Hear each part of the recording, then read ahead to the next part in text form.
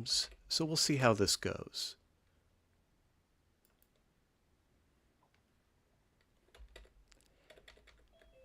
And before we get started with our slideshow, oh, let me mute myself here. There we go. A couple things that I wanted to mention. David, welcome. Great to see you. We'll get started in just a couple minutes. For participating members who are submitting images, we have our 2024 special subject poll posted. Actually, let me share my screen and show that so you know what I'm talking about.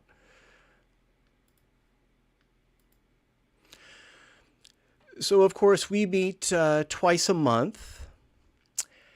If you are following along on Zoom, you should see our website. If you're following along on YouTube, unfortunately, you're just going to get the slideshow. However, I just wanted to mention that our special subjects for 2024 are posted.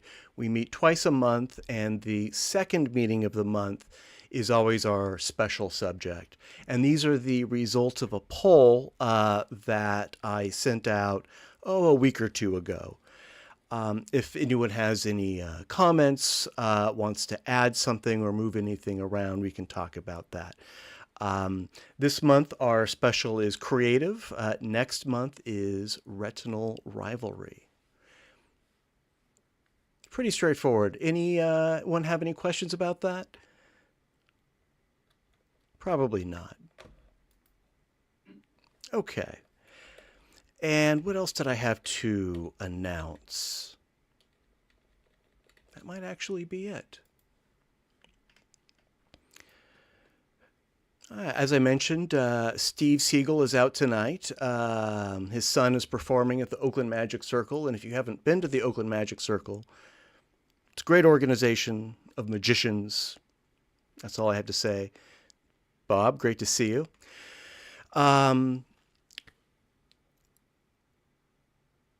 I think we're ready to get started. Unless anyone has anything they would like to announce or share.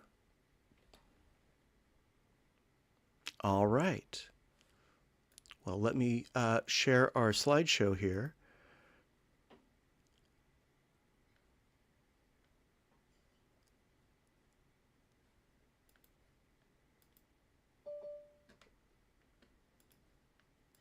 There we go.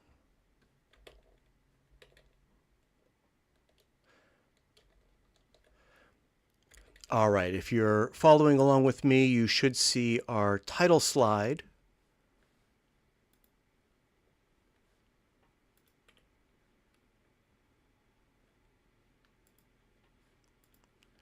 And let me let someone in here. Hang on one second.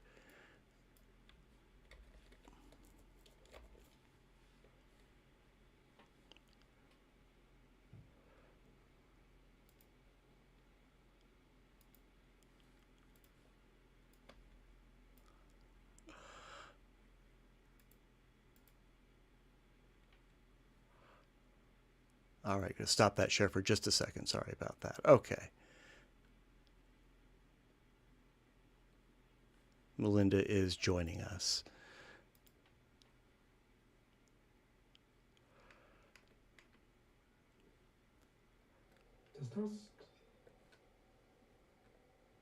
Hey, Melinda, is that you? Very faintly. You've got a buzz. Yeah, it's very harsh. Oh, sorry about that. It's a little better. I have a new PC now. Did I have that for last meeting? I don't remember. I could barely understand you, unfortunately. Sounds like you're making announcements on Bart. Sorry. I can hear you guys fine. Okay. And Melinda, did you get the download link that I set up? I have images. All right, I'm not sure if that was a yes or a no, but we will. Yes, yes. Okay, fantastic. Great. So, our first image of the evening, actually, um, before we start with the regular slideshow, Oleg sent us a fix-it submission. This is for, this is a change I think you made to someone else's image. Oleg, do you want to give us the background? No, it's my own image. Okay. But what I did was you're seeing what the camera saw. But I was set up to shoot bicyclists shooting through here, and camera was all set up. And out of the corner of my eye, I saw that bicyclist coming, and couldn't find my shutter release button. So I got him way down the road there by the sign on the left. So I had to, the second, this is the before picture, and then after I had to move him from behind that pole over to the left side of the picture. So let's take a look at the result. So that was before, and now we're looking at after. This is the final version. Yeah, so that bicyclist on the left was the same one that was in the center of the picture before. I had to enlarge him. Yeah, now I recall you explaining this last month. And the cyclist doesn't look much the worse for wear for being blown up and relocated like that. Yeah, the pole there was, I had to backfill the parts that the pole had, that didn't work. It took a lot of time. Yeah, Hours. and you got the shadow as well. Yeah, that was fairly easy. The shadow didn't change when I moved it back. It was the parts that were missing that took the time. All right, let me go back and forward again one more time.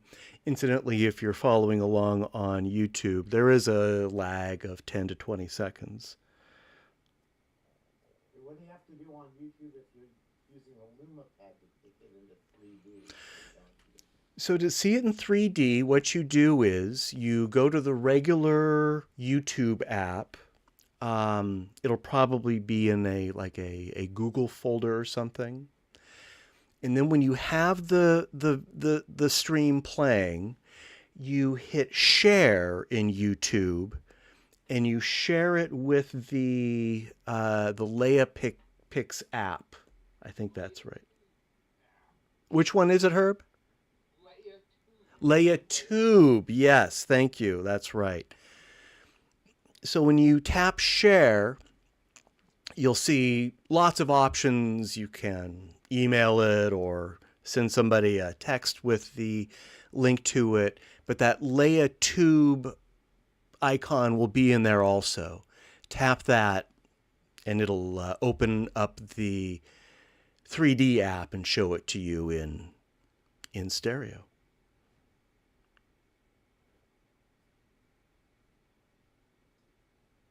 So what I noticed about the original here is that moving the bicyclist and his shadow, there's an added complication because the bicyclist is right on top of the shadow of the bike road sign.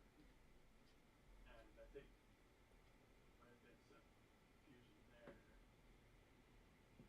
Yeah, well, that's what took me the time, is to restore the pieces that are being blocked by the sign.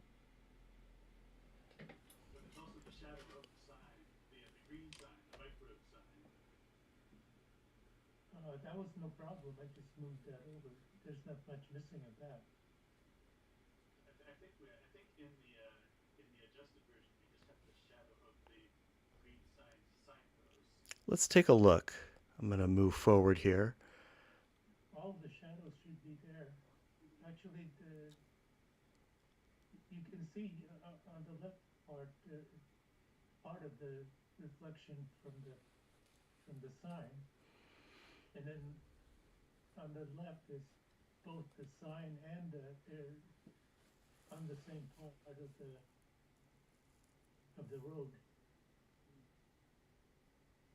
The shadows are correct. I think I see what Tor is seeing. The shadow for the bike route sign, the green sign. In the final version, it's cut off right at the no parking anytime sign. But in the original version, it actually extends beyond that. I'll You go back. I'll go back. Yeah.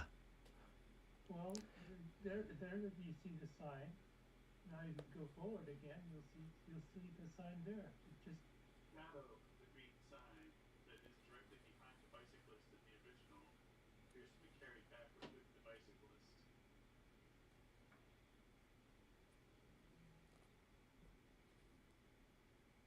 yeah, I'm not quite sure what the problem is. Oh, it's not really a problem. It's just a detail, we'll call it. Yeah, follow the shadow of the green sign and see where how far it extends in the original compared to the final version. That said, it's not something that I had noticed until Tor pointed it out, and it's not something that I think I would notice, even if I was scrutinizing it. I still don't understand. I'll try to figure it out later. Yeah. One thing that happened is the shadow of the sign in the grass area is rather dim compared to what it is in the original picture.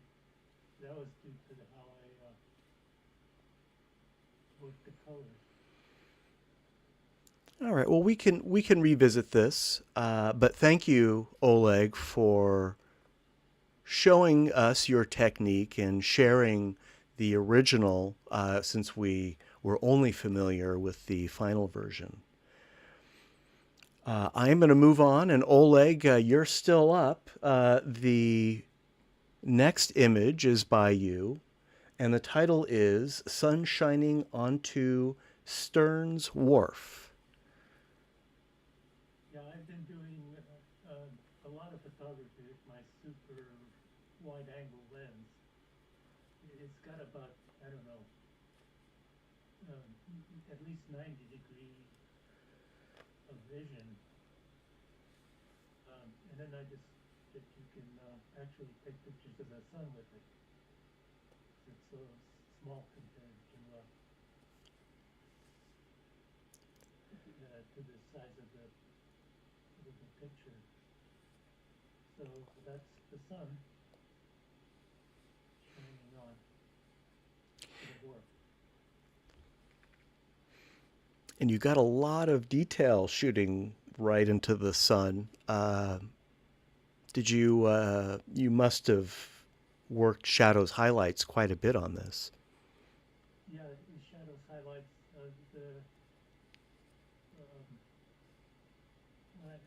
forget what that lever is. Anyway, one of them does a very good job of getting rid of flare and things like that.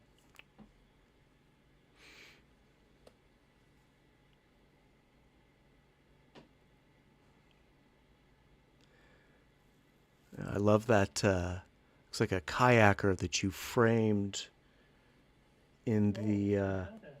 Yeah. I was afraid nobody would see that. Well, Oleg, you've trained us all to closely examine your compositions for pictures within pictures, frames inside frames. Yeah, I like to put surprises into the pictures. Yeah, that's. There are two birds also flying there. That was actually taken on a different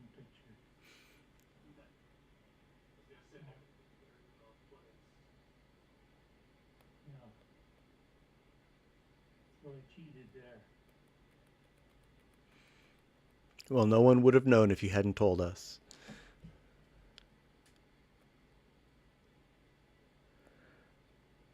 All right, very nice. Thank you, Oleg. Melinda, you're up next. And this is the last pieces falling into place.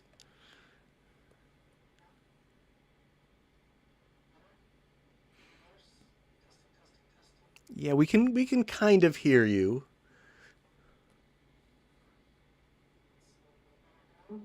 Testing, testing, testing, testing, testing. That's a little better. That's a little louder. I think that's the volume that we need. Right now? So, is this good? It's better. Go for it. Alright, here we go. So yeah, this picture Matt will recognize. We ran into each other at this event at the Internet Archive, and so it was fun. They made an effort to make it relatively interactive, and one of the things they did was to put people on various tables, and there was a different puzzle on every table that people could try to assemble if they wanted, and then I think Matt was gone by the time that we finished. After the show, there was we went back down to this sort of I don't know what you call it, just a big meeting room where we had candy and just interesting little things. And this was one of the other tables where they were actually finishing the puzzle, which is kind of impressive. And as they got down to the end, it went very quickly. So I just started snapping a bunch of pictures over their heads. With hydrogen? Yes. I also figured out something in time. It was very dark in there, and the lights were blowing out on my screen at least. So I put it into manual mode, picked the slower shutter speed. I thought I could handheld, and adjusted with the ISO until I got a decent looking exposure. So I think that helped a lot. This was a setting. It was very challenging. Were you saying that was a setting in the camera or a setting in the software you used after you took the picture? Camera. Okay. So it has a manual mode, but it only has like shutter speed and ISO. But that's enough to at least do something with these low light situations. It definitely helped. Oh yeah. I mean, it's a little grainy, which is not a detraction for me. Of course, it's just a great composition too. Your eye definitely knows where to land in this one. And And I thought the frame went up a little bit too. Yeah, I mean, it's a little grainy, which is not a detraction. we've got an echo. I think someone needs to mute their TV because I can hear myself and I know where I am. All right, I think that's fixed. Thank you. I'm impressed they got this far in the puzzle. We put together maybe a dozen pieces. Oh, no. All right, I'm going to have to mute somebody here. Can everyone please check their device, make sure that it's muted? Matt, I've got my LumaPad and a Zoom session. I have no clue how to mute the microphone. Especially to have this far in the puzzle. I think I got it. the speaker on the loom I pad. did that. I turned the volume down and tried muting it. Okay. Well, Lost it for a while again, so where's my... David, that feedback was not caused by you in any case, so you're good. And you got it working on the loom pad? Yeah, I just did exactly what you said. Great. Okay, yeah. It's not intuitive. I'm sure that it'll get better in time, but for now, that's the trick. Yeah, I'm already texting Lawrence on the side here saying, "Dude, why don't we do this?" Right. All right. Well, thank you, Melinda. Before we move on, did anyone have anything they'd like to add about this one? I'd like to put some shadows, shadows highlights on it to get the bright spots a little less contrasty. I probably tried that, but I don't remember what happened. I'm sure I did use shadow highlights here, but I don't like taking it too far. I just don't like the look of the images. So this was probably the most that I could alter with shadow highlights.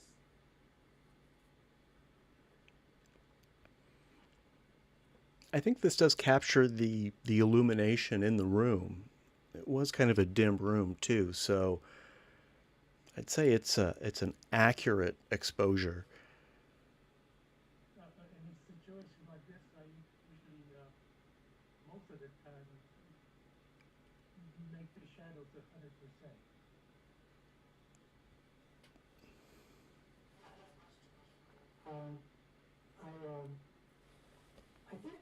I think that a lot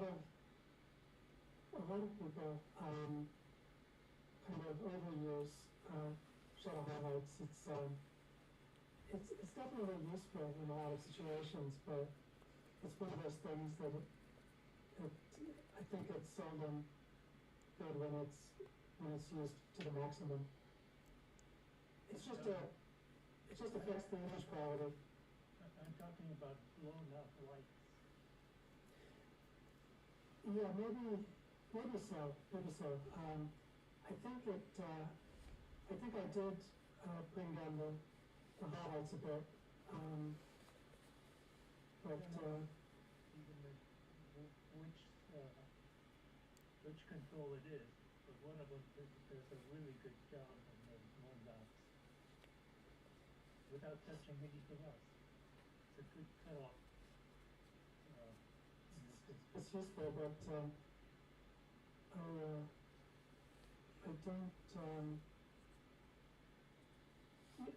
One could take it too far. I can't try it right now. But yeah, I think the shiny part of the shiny half of the puzzle was probably almost full white. So now it looks more like a puzzle again. I forget what happened if I took it down too far. But I didn't like the result. Well, I want to pipe in and say there's one other factor, and that's how you're going to view it. Look at it on the lunar pad, and I'm getting a fair amount of ghosting on that C, the lower part, because it's not under the contrast. But when I see it as a side-by-side, there is no such thing. So consider how it's going to be displayed. Projection's real sensitive to ghosting, especially for things that aren't at the window. So sometimes you have to sacrifice a bit of contrast to make it more pleasant to view in terms of ghosting. Yeah, that's it. So all visual arts, the presentation is important. Here we're supporting a lot of different modes of viewing, so it's I guess you just have to decide what you're going to try to optimize for. Yeah, that's a very good point. On the loom pad, there is ghosting, which is a deficiency of the loom pad, certainly not of the image. It doesn't do as well with high contrast images as other types. And in fact, in my personal album on my LoomPad, I eliminated all of my high contrast photos just to make the viewing a little more, a little easier for people who aren't as familiar with 3D. I'm also looking at this on our Anaglyph stream, and this might be a case where the Anaglyph gives superior results than certainly the LoomPad, maybe not a 3D TV. And I am no Anaglyph fan, but here I am wearing the glasses. So yeah, David, that's a good point. Now, the other thing regarding ghosting, especially on the loop pad, Ray Zone named thousands of years ago once called me Talmudically orthodox with regards to my window placement. At the time, he was right. But on something like the LumaPad, I will often converge to minimize ghosting, even though it means I've somehow violated the stereo window, because the net result is a more pleasant view. Interesting. And the LoomPad does do through the window compositions very well. Well, it'll let you do anything. I say sometimes that ruins the 3D to a certain extent, but you just gotta balance it all. I've learned to give a little bit on my rigidity of my belief in never violating the window. Well, you're not alone. There, you definitely have your supporters here at the GGSS regarding that philosophy. All right. Well, thanks, Melinda. Great image. Great discussion. Let's move on. This is by Steve, and Steve is not here tonight. Perhaps he will be watching our recorded YouTube live stream, or perhaps he can tell us what we're seeing when he joins us next week. I'm sure this is one of his world tours. The title is Cairo Rest Stop. Now, of course, he isn't here to tell us about it, but does anyone have anything they would like to share in case he watches the recording or joins us later today? Well, I really like the placement. I like having the camel's nose in the tent, as it were.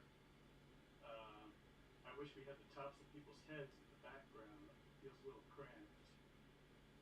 I noticed maybe a shadow adjustment variance in the lower right corner. The man's robe is darker in the left eye than it is in the right.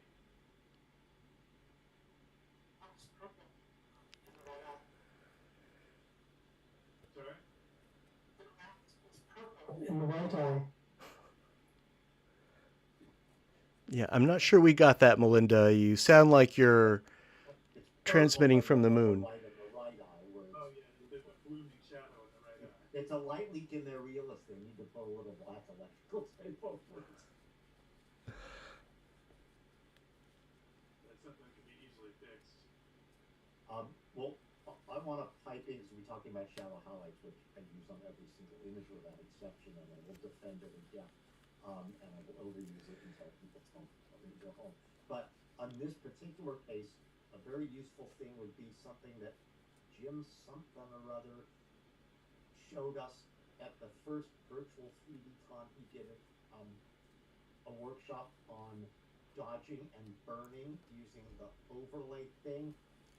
This would be an absolutely perfect place to use it, because you don't want to match the left and the right. You're not starting with matched left and right. You're trying to make them the same, and it would be incredibly easy to mask that corner of his leg off, because it's got a nice hard edge, and then to dodge and burn using that technique where you put a neutral gray layer above it, use the overlay blend mode, and then you paint over it.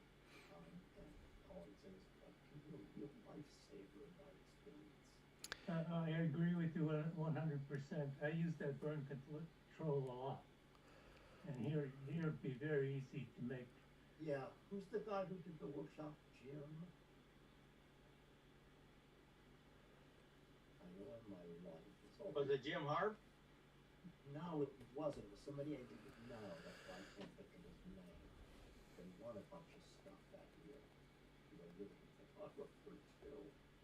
Anyway, it's online somewhere in one of our, staffed YouTube things from that 3D con. It's worth watching. Would we find that on a YouTube channel? Would it be on the LA 3D Club's channel? No, it was part of its. I'll have to go poking around. It was from the virtual 3D con, the NSA. Yeah, NSA has a virtual YouTube channel. Got it. Okay, so it'd be on the NSA's, or maybe one of the NSA's channels. Yeah, I can't remember if there's a separate one for 3D con or what now, but it should be. All right. Well, thanks for the tip. I'll keep my eyes open for that. That sounds like a great resource.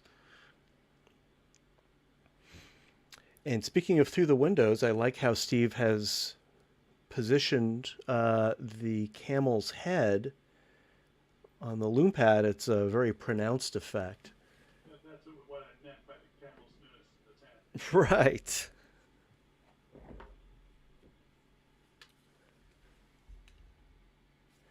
Very nice. Well, we will hear Steve's notes when we see him next. That said, Melinda, we've got one by you next. The title is Knife Fight. Not much to say. It's just a house in my neighborhood, and I've always been attracted to these two bushes fighting each other. I tried to take pictures a couple of times. This time I stood a little farther back, which I think helped. Not much else to say. I noticed one of our specials is going to be humor. You wasted it by showing it now.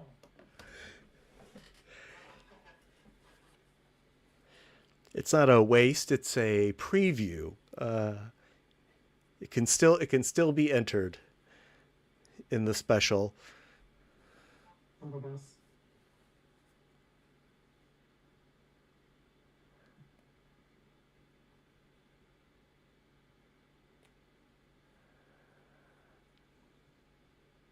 Yeah, you don't have a lot of separation here, but it definitely works as a 3D photo. I think just the subject lends itself.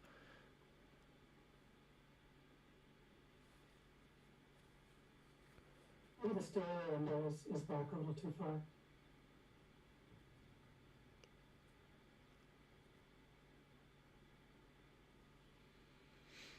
You do have some of those, what are they, fronds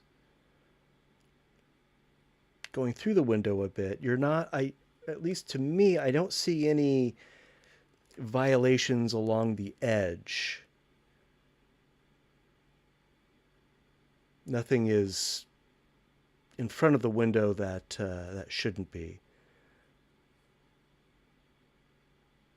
Very nice. It's perfectly placed.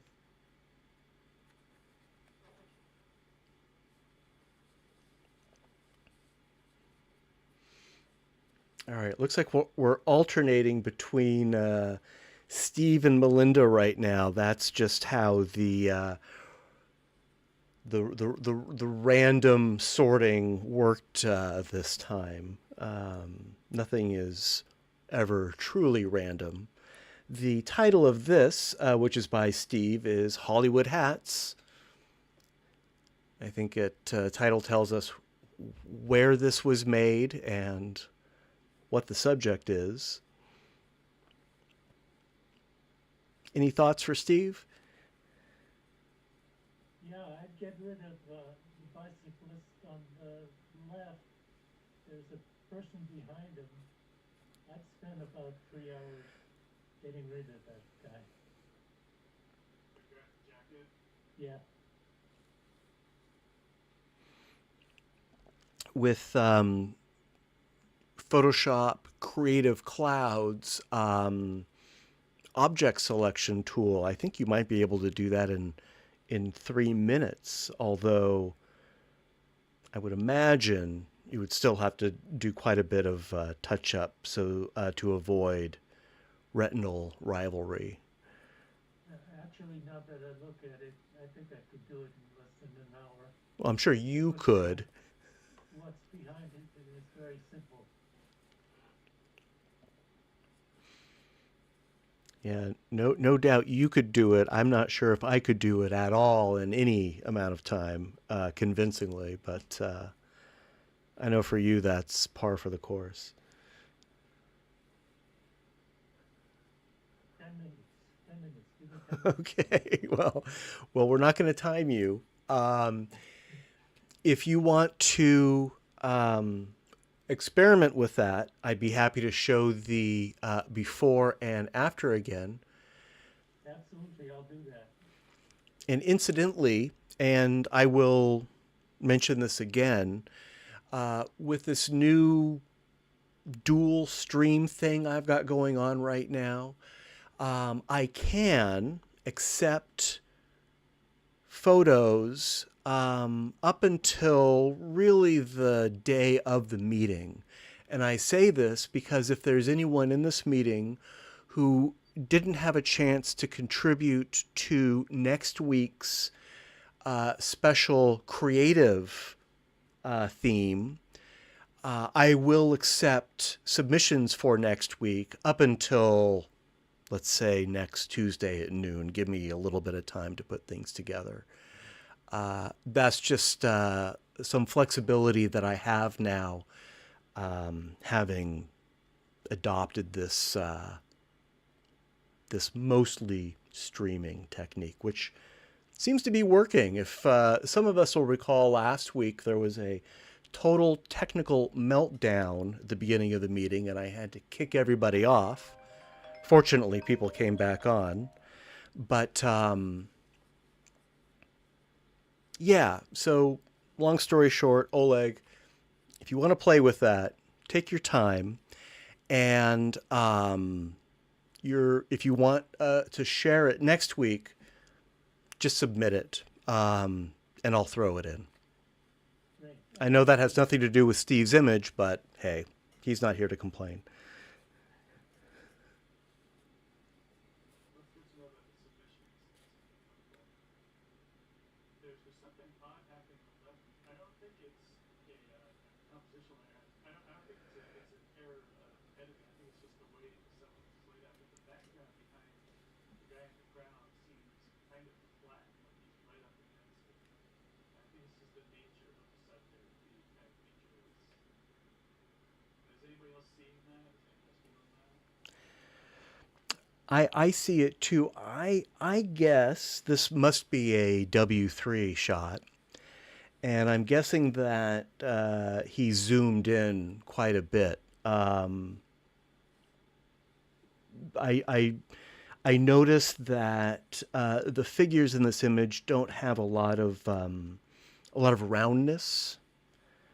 And I noticed that the image quality is a bit soft, although that may be the result of cropping in aggressively. We'll find out. But I noticed that too.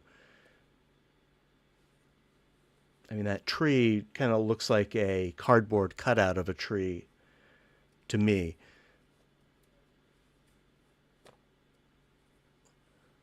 And David, thank you for posting in the chat the 3D Con workshop on dodge burn.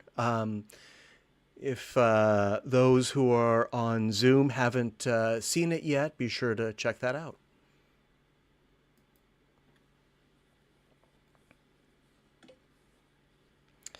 Okay. Guess what, Melinda? You're up next. You guys hear me any better now? Oh, now you're crystal clear. Now you sound like you're sitting right next to me. Good. I found the problem. It's with it was with the Zoom setting. This is you've got a new computer, right? Or it was new last month at least. Yeah, I don't remember if it was new last month or not, but maybe it was. But yeah, the computer seems fine. It's just Zoom has a choice of microphones, and I just had to choose my headphone microphone. Got it. That makes perfect sense. Yeah. Yeah, I recall last month you sounded much more clear than you had in meetings prior, and now you sound just as clear. So, problem solved. And the image that we're displaying is yours. Rose Interior is the title. Yeah, how's this for getting really popped in? Um, I took this years ago. Um, I remember on the ILM campus. It was just a rose, but it's like my favorite rose because they smell so nice. And this one, I guess I just noticed that it was very architectural sort of, so I did a macro. And I don't think I touched any pixels in the image. I just did a few filters and cropped it. Would this be a cha-cha? Yes, it's probably only 2 millimeter separation.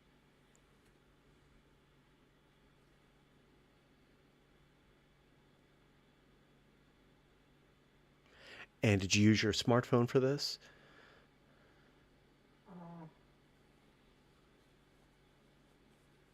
It was a long time ago. I might not have had it. I think the answer is no.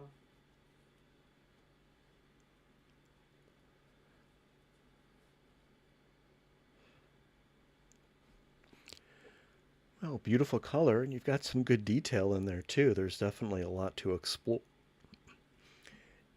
And speaking of resubmitting photos, just as we have a humor special subject this year, we also have an architecture special subject, and I would say this qualifies. If you want to share it with us again. I have other architectural opportunities too. So. Okay. Well, you definitely do. You live in the right neighborhood for that. Yeah, I have one in this special.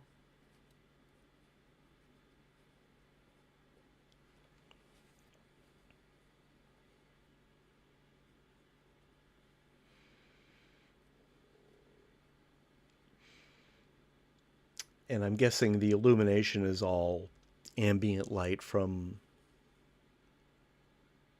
outside. You didn't set up any LED lights or anything for this? Just the sunlight coming through the petals. Very nice. I probably did boost the shadows a fair amount.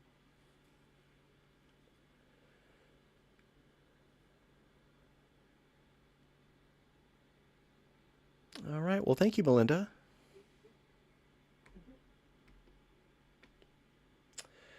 Let's see. Oh, Bob, you're up next. Are you there? Yes. Here you are. Hear you loud and clear.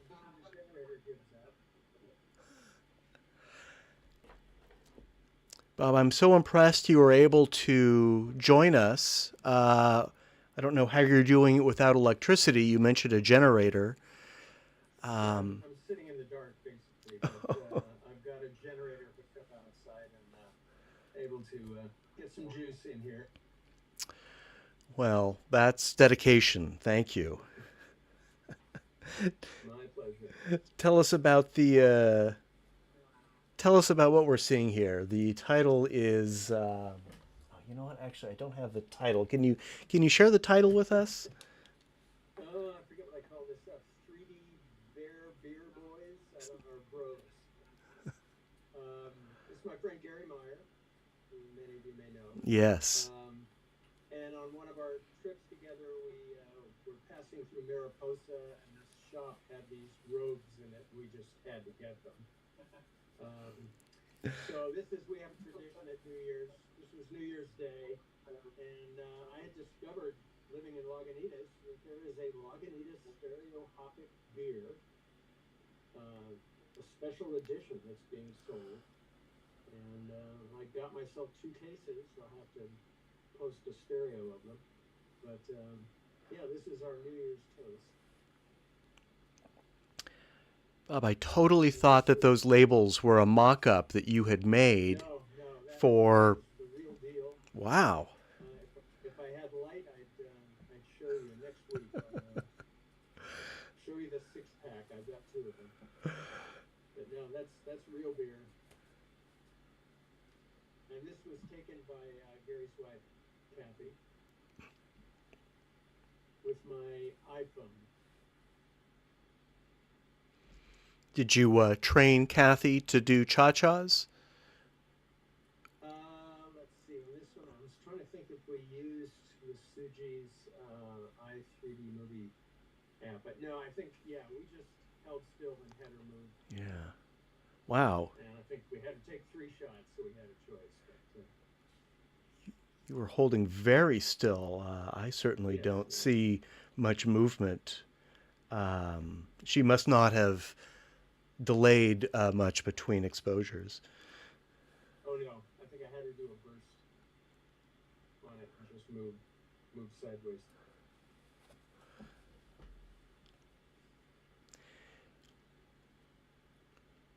You know, I got to say, this is a minor point, but I really like your frame. I like the rounded edges that you have. It definitely gives the whole photo a bit of character. I think I'm wondering if that's some Leopix conversion, because I know that was taken, those curved frames, I think, is the result of having a left-right, left grouping out of stereo photo maker. Save as universal stereo, you can choose to save it as left, right, right, left, above, and below. You can tell from the reflection and transparency of the bottles that it's not a conversion. Okay. Yeah, I'd be surprised. It's just coming out of, I think it may add those curved edges in stereo photo maker to the universal view. Got it. Well, That's an option. You don't have to do it. Yeah, but I like the curves. Oh, I use them all the time too. I'll use them kind of color that I pick up. Kind of went with the outfits as well, with the curved tops. incidentally, Bob, go ahead, Oleg. The background is good too. Oh, yeah, that's our hillside. I mean, in terms of color, and it adds rather than subtracts picture. Right. No, I like the colors as well, and I thought ahead about any anaglyph possibilities as well, so that the green works really well.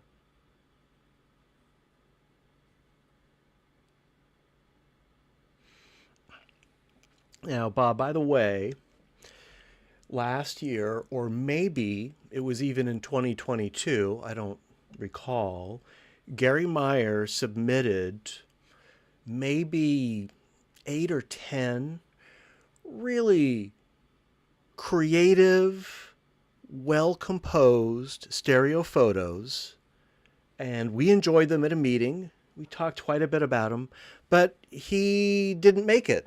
And he didn't get all of our thoughts and opinions and kudos for the very original photos that he had made. So next time you see him, if you remind him to drop by one of our meetings, I'll pull him out and we'll enjoy them all over again.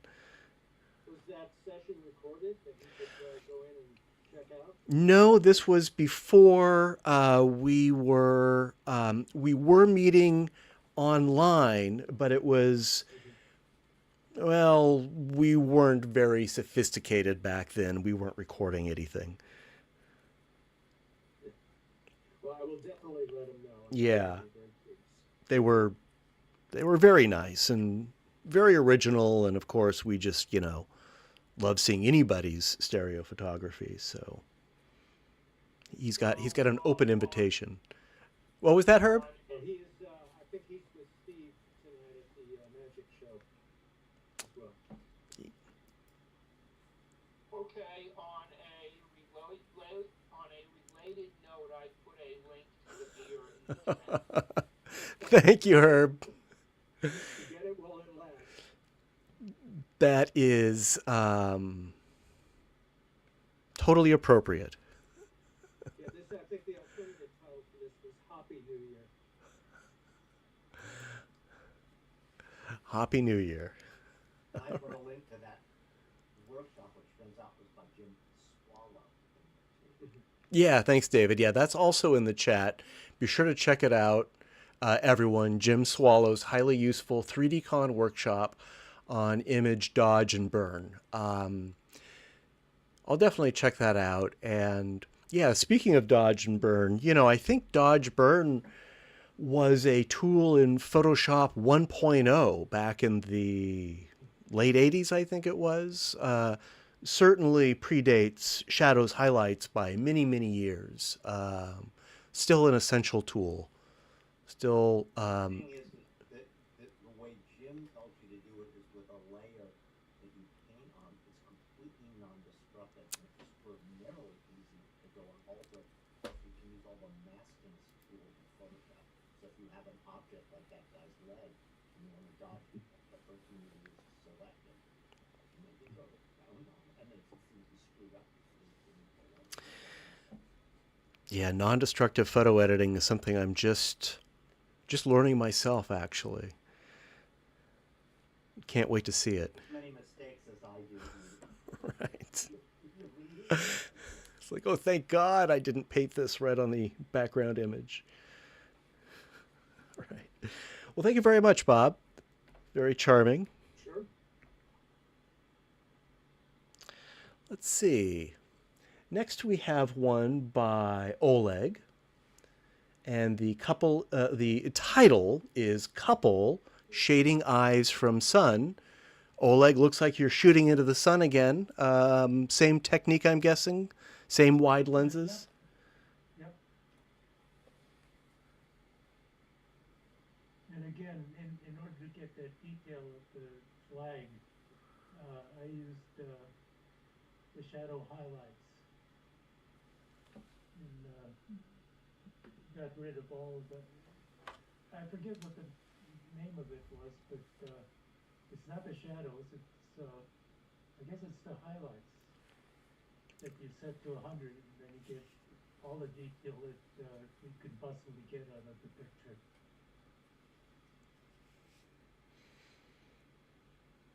So did you bring down the highlights, or did you bring up the shadows, or did you do both? I brought up the whatever it was, I forget Mm-hmm. the name of it, but I gave it 100%. There's also the blacks and the whites sliders, but I think if you push those 100%, you'll get all white or all black. So it must have been one of the shadow highlights, I'm guessing.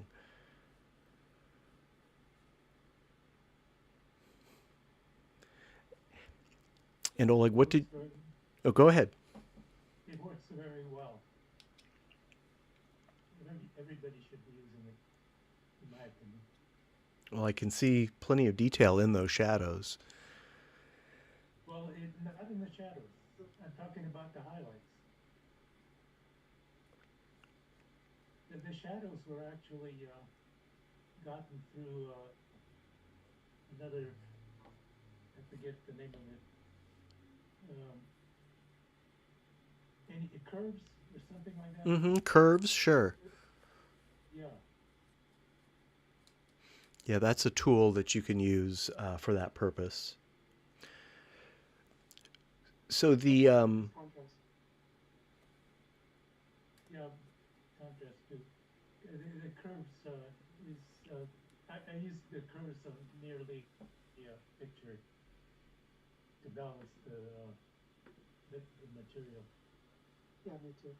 and then shadow highlights. contrast secondly. But the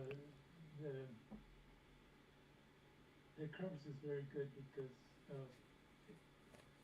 it has RBG or RGB. Yep. yeah, the colors. It's useful for when you want to change the overall color.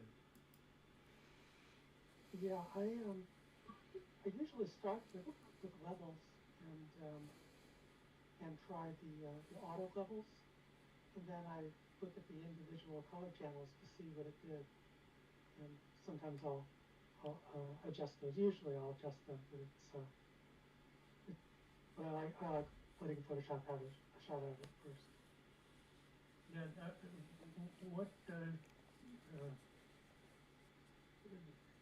What do you use to do this work? Is it Photoshop levels. okay? Photoshop. Yeah, I use Photoshop Elements. Is the only one I have. I don't want to pay for the rent. You probably still have levels. I mean, that's Yeah, a yeah, big old. it's there. It's there, and I use it all the time. Oh, okay. If you're talking about color adjustment in the curves thing, you might not have noticed there's three little eyedroppers on the left-hand side of the dialog box. The middle one is a gray one, and if you click that on anything that is white or neutral gray in your image, it will color correct instantaneously the entire image to force that to appear gray. And let me just tell you, it's a real time saver, and if nothing else, it's a starting point in color correcting things, because then you can grab the individual RGB curves and tweak them in as you need. But it tends to do a better job the first time I like to do it. Oh, wow. This is a setting in the curves tool itself or in the... curve dialog box, like in every Photoshop dialog box, there's 900 controls, Right. 895 of which you've ignored and have no clue what they do. And then, and then it turns out there's three little eyedroppers. You look carefully at that curve stem, and the middle one, if you click on anything that you know to be neutral, white or gray, it will immediately change the curves to force it to be. And like I said, it's amazing how good it is. There's also an auto thing in there, which I occasionally plug on, but often does a great job on these too. But I use curves on absolutely every single thing you put on. So. Yeah, that's a great tip. I used to use curves quite a bit myself, but when Adobe introduced the camera raw filter, I kind of switched to that. I used to really rely on curves, and I didn't even know that was a feature. Oh, I'll bet there's 50 other things in that dialog box that never even clicked. Yeah, absolutely. Oleg, tell us about the colors in this image. You've got the red in the flag, the red on the, I don't know what that thing is in the middle ground, that plumbing, and then you've got like a red barrel in the foreground. Was that intentional? Did you do any coloring in this? I'm glad you noticed that. I changed all of the color, all the reds to the same hue, so they would be the same. Well, and what I like is they make a perfect diagonal through the image. That's what makes it work. If they didn't, connecting them wouldn't have been as visually powerful. Yeah, I said before, I consider myself a four-dimensional photographer because I spent a lot of time looking at the colors when I compose.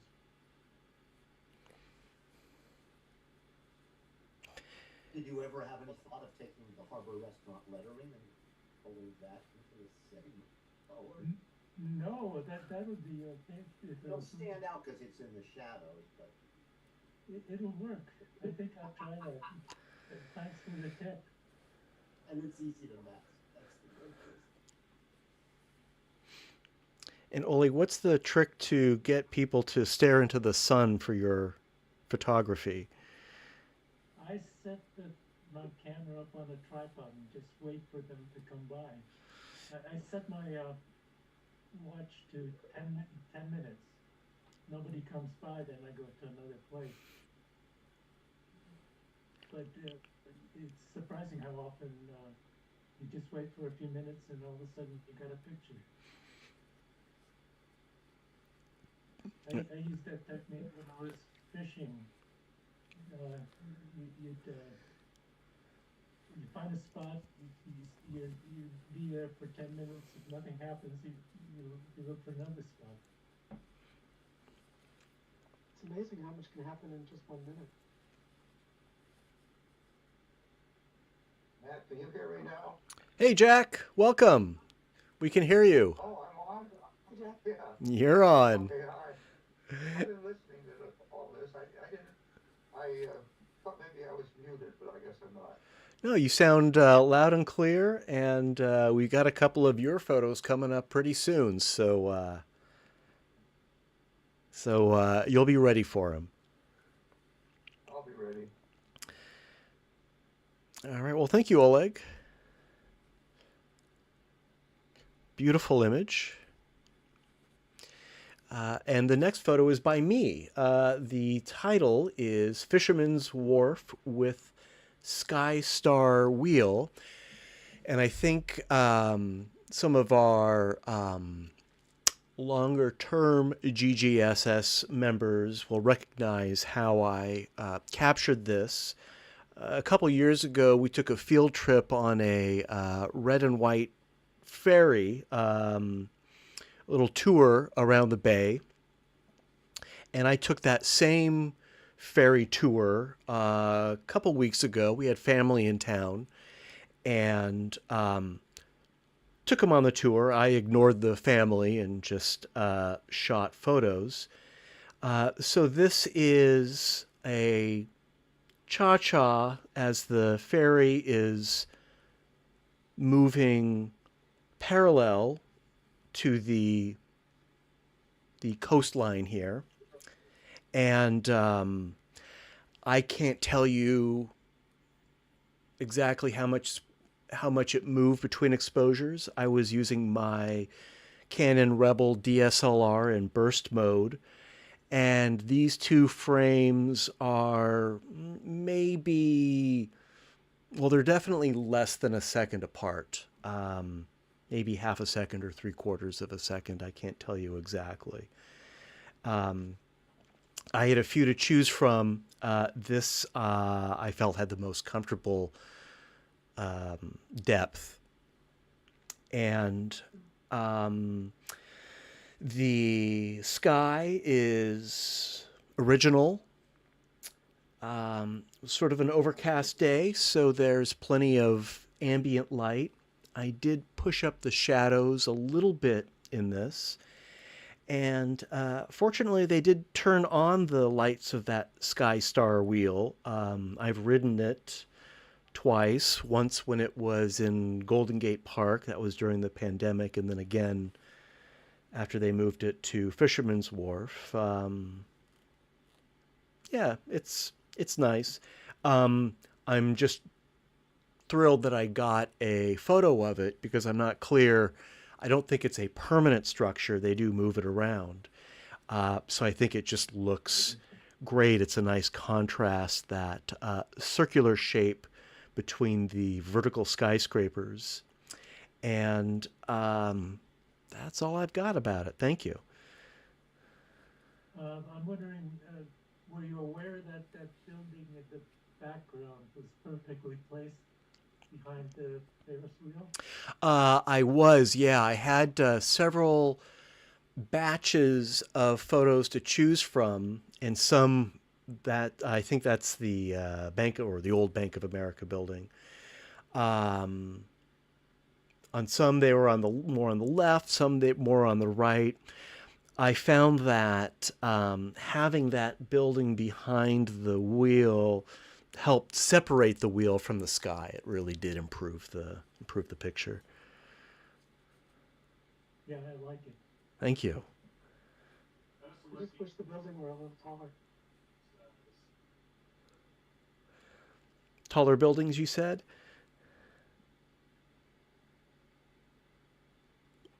Melinda, was that you? Oh, taller. I wish the building were taller. Oh, the building behind the wheel? With the, yeah. Hmm. No, I like it the way it is. That is something I could easily fake. It wouldn't take much time to experiment with that. Of course, it wouldn't be I an think just slightly smaller might look good too. or slightly smaller, so you Or could smaller, yeah. see through. Just so you clear the top there. So it's not just touching that top. Yeah, so you can't see the top of it, but there. Well, maybe I'll play around with that. It would. Don't waste your time. Don't waste your time. Okay. This is perfect. I'll listen to the I expert. agree. Yeah. All right. Well, I won't waste my time with it, but I think it's a good observation. I hadn't thought about it. It would kind of change the. I guess it would kind of make it more of a creative. It would change the. It would alter the reality, but of course, this already is altered reality with this hyper stereo composition.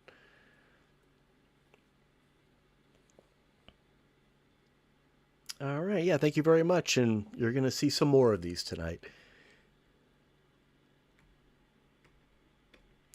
That said, we've got one by Melinda next, and Courageous Starling is the title. Yeah, so I was, this was not for a walk. This was the lawn in front of the Disney Museum in the Presidio. And the starlings caught my eye. I had submitted a photo before of one brave little starling down by the water, and kind of a close-up. I like that a lot, but I didn't know what kind of bird it was. And after this, with a little help from ChatGPT, I figured out that these were starlings. And they are really brave. They're definitely not worried about people getting close. And I happen to have a peanut with me, so I broke it into little chunks and showed the starlings, and I could see that they could see what was going on, and they were interested. So then I sat down on the grass and got my camera and everything adjusted, and then offered to lower down closer to them, and then they got a lot more interested, and they started hopping up to get some pieces. And this was probably the best snap.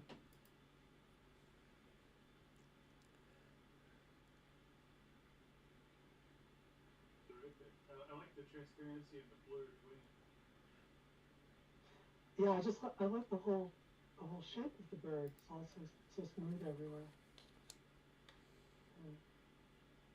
Very aerobatic too. They make those giant murmurations.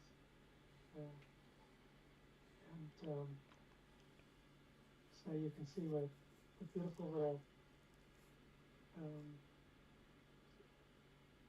flying machines they are. In the way of humor, I like the way the bird in the middle, you can see what it's thinking. Yeah, definitely. And there were more that I cropped out, and it was kind of interesting. But I went for the better composition. And at a point they were like literally lining up. It was really strange. And they all knew what was happening. What bird did you say that was? A starling? I don't think I've ever seen one of those. Yeah. Have you ever seen the enormous flocks of starlings when they all fly together and make those big pods in the sky? Oh, okay.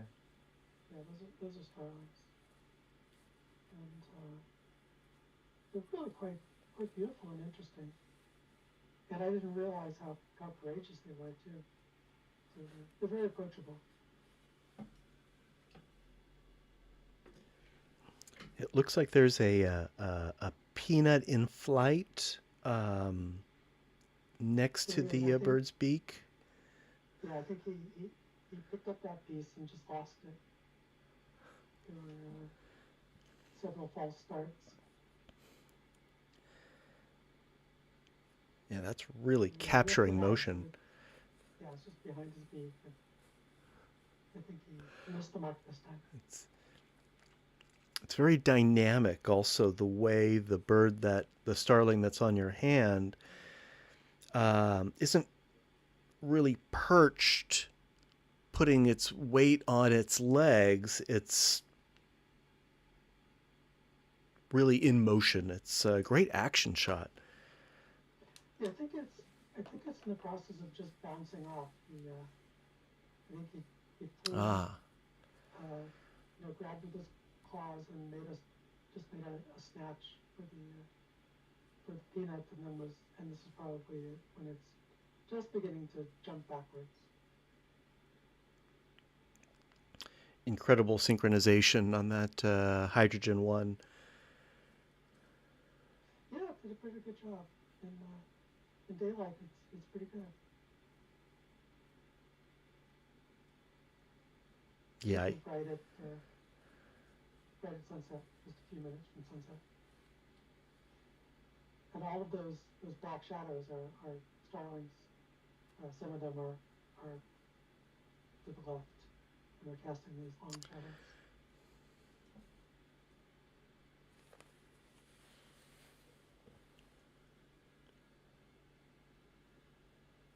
I had trouble with the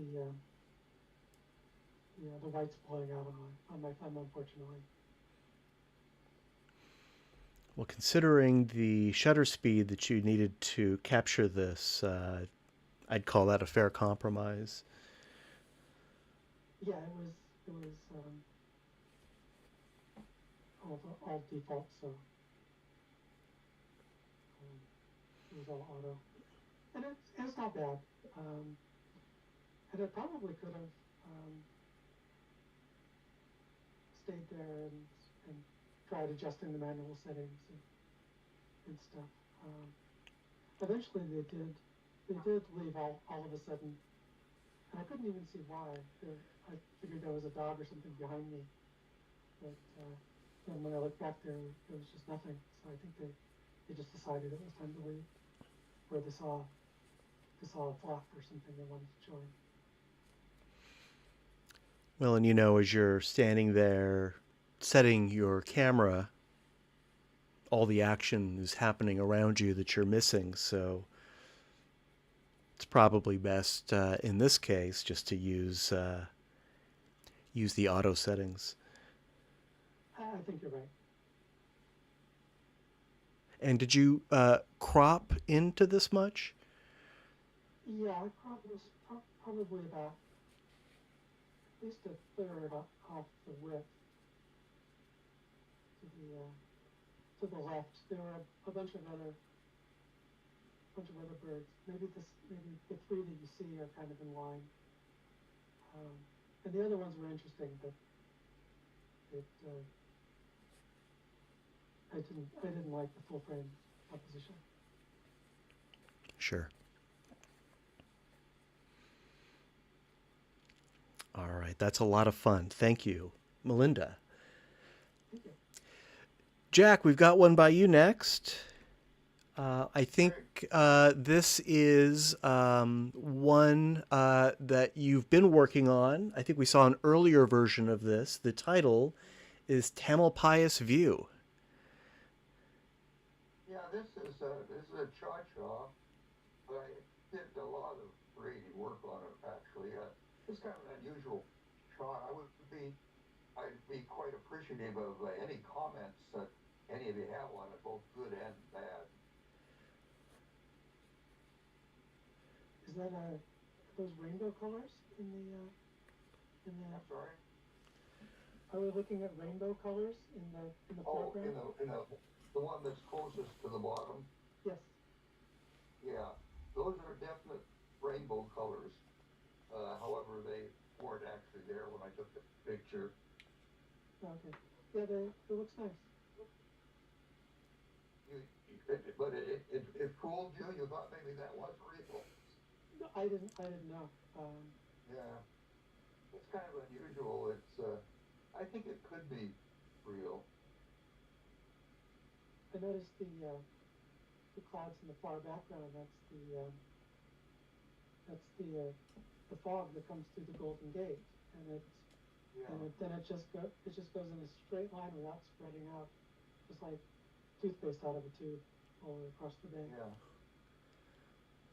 yeah. In the far background clouds are probably pretty close to what they really were. And I tried to catch the the shadowed effect underneath them too, and I did.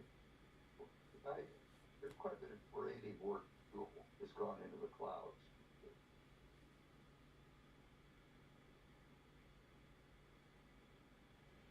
And you said this was a view from the top of Tamalpais? Yeah, yeah. Well, 20 feet below the top of Tamalpais. There's kind of a trail there that you walk along. I'd say it's a cha-cha with a separation of maybe 50 feet, something like that. Yeah, I imagine. I should probably try that at some point.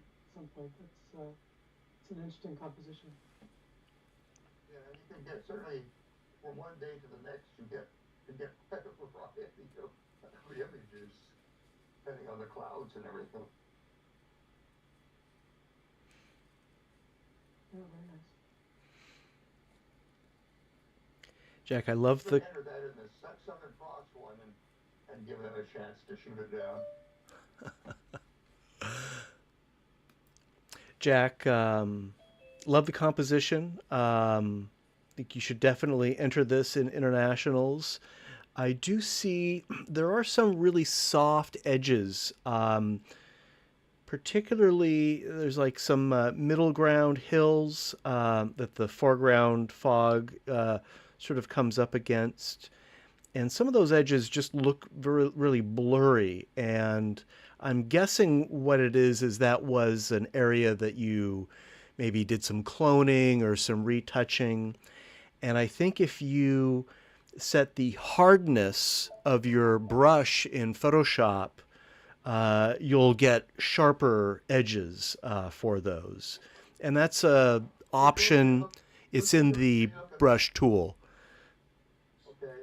Which you're talking about some of the mountains there? Yeah, there's some mountains in the middle ground that the foreground fog travels up against, and some of the edges of that are just very soft. They look kind of blurry, and it looks to me like the hardness setting on your brush in Photoshop was probably set to something very low, like 0 or 10%. I would crank that up to like 80 or 90%. I see what you're saying. Okay, the stuff in the ones that are closer to the middle are sharper, but the ones over more to the right are a little softer. Those ones Yeah, like that. yeah, Yeah, exactly, exactly. yeah. I was thinking that was sort of representative of the fog, but I think you're right. The fog's way behind it, so it should have a sharp edge. Well, yeah, if it's a creative choice, then you can certainly leave it as is. The ones in the center there, they're nice and sharp and shows the clouds behind. I think that looks good. So the ones that are just to the right of that probably should look kind of the same way. Yeah, that's exactly what I'm saying. Because you have good sharpness throughout this image, Yeah. and it sort of creates a contrast between the two that I think would be better. It would be better without. Yeah. Good choice. Okay.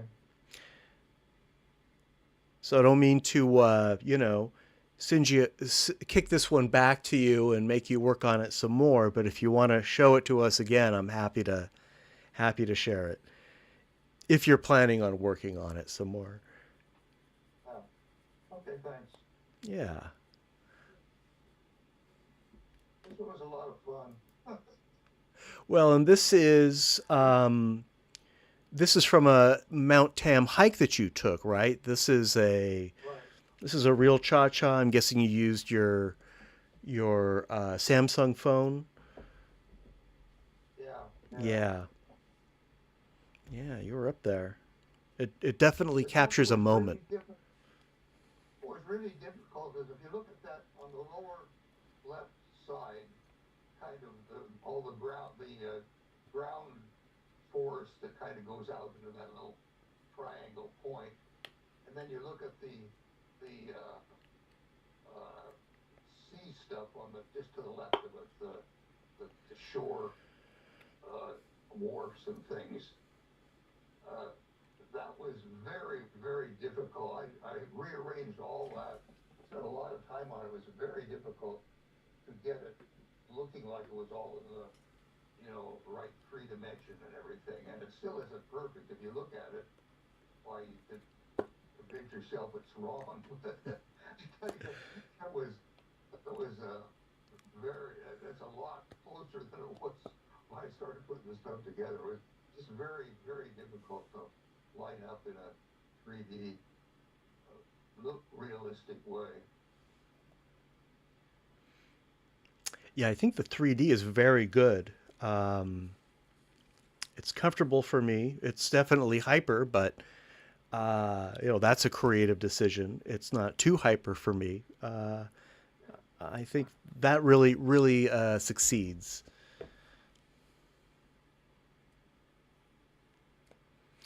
All right. Well, thank you, Jack. Yeah, I'd love to see the next iteration. Yeah, do you see me today or not? Can I see you? Can we see you? No, it looks like you've got your camera off. Yeah, off. Oh, try. It's probably us. Oh, there you go. Now we see you. Oh, and now it says one that says mute. That's not off.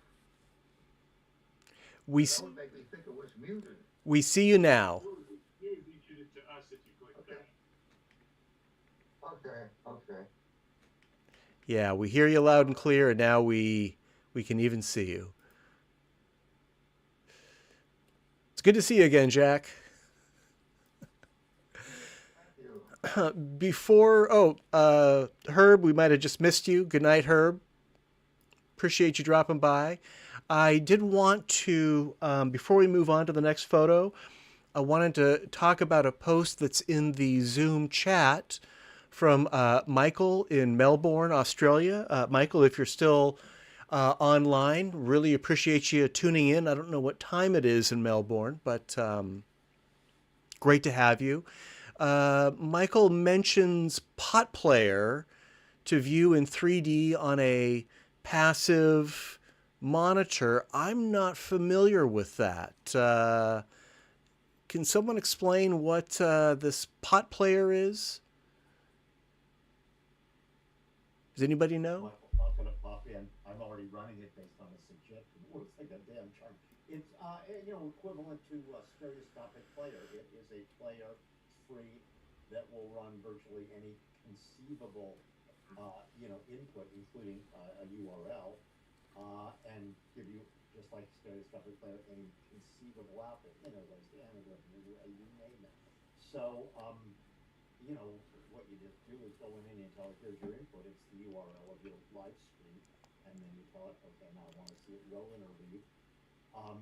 And the nice thing about it is especially on a passive display, is you can run it in a window. So, I can be running the main Zoom session and have that partially taking up my screen, showing me interlaced 3D, but I haven't lost seeing you guys.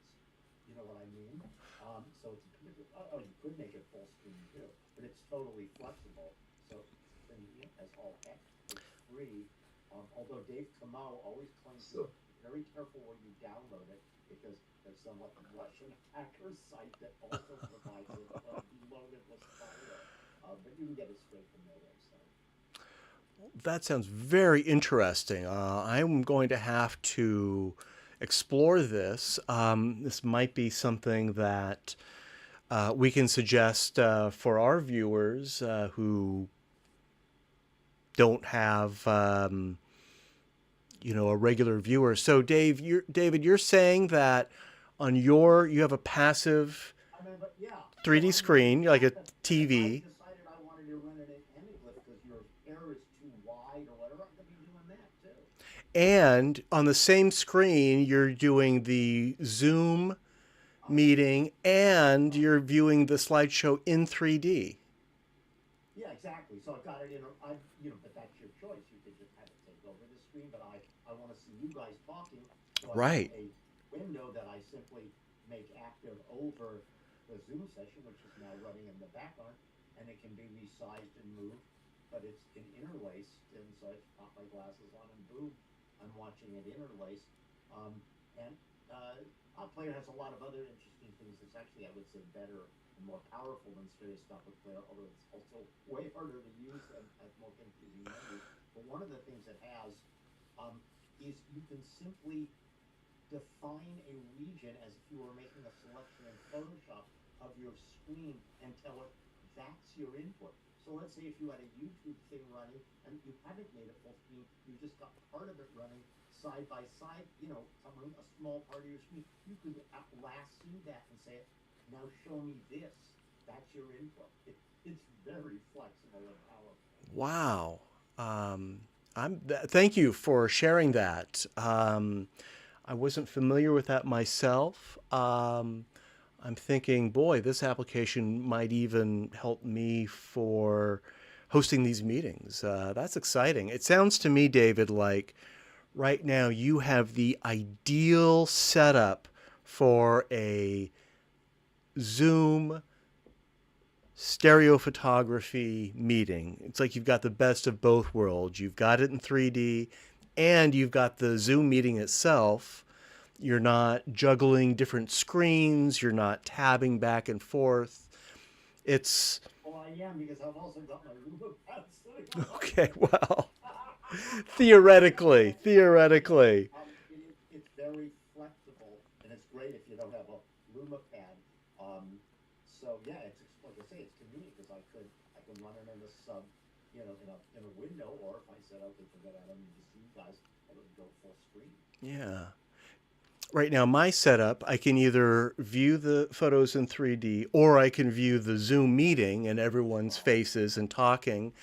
And I'm looking for a solution like you've set up, because what I'm trying to replicate for myself is the experience we had when we met in person, where we would all view the screen projected or our 3D TV. But we could also look at each other and talk to each other. It wasn't either or. So that's exciting. Thank you for explaining that to us. I didn't mean to put you on the spot there, but... I wouldn't even have thought of it if it hadn't been suggested. I'll send you a screen capture too, so you can see. Yeah, that'd be great. The reality of it. That would be great. All right. Yeah. Learning something new here. So thank you, Jack, for Mount Tamalpais. Our next one is by me. The title is Bay Bridge Western Span, and I think it's pretty self-explanatory. This was taken on the same bay cruise, and this is pretty much straight out of the camera. The light this was about 3 o'clock in the afternoon. The sun was behind us, and I really didn't feel like this needed any adjustment other than a little bit of rotation and some cropping. Same technique, shooting in burst mode. I'm guessing there's probably a second or less between these two exposures. In this set that I'm doing, I didn't manipulate the water at all. Usually in these types of images, we will copy the water from one image to the others to avoid the inevitable retinal rivalry that happens. I'm not really doing a whole lot of that kind of photo editing in my life right now, so I just cropped out as much as the water as I could, and I think it doesn't look too bad. And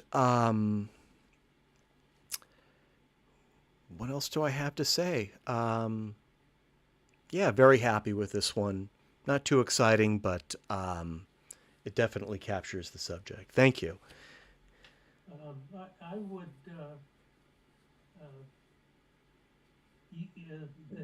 the greenery at the back.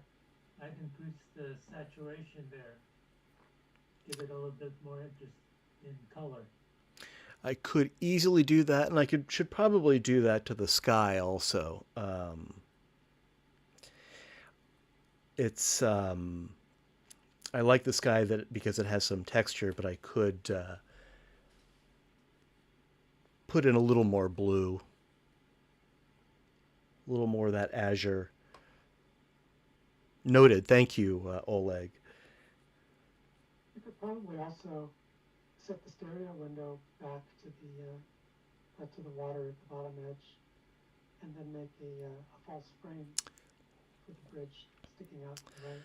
That's a great idea, and I have plenty of image here that I cropped off from the right that I could make that work.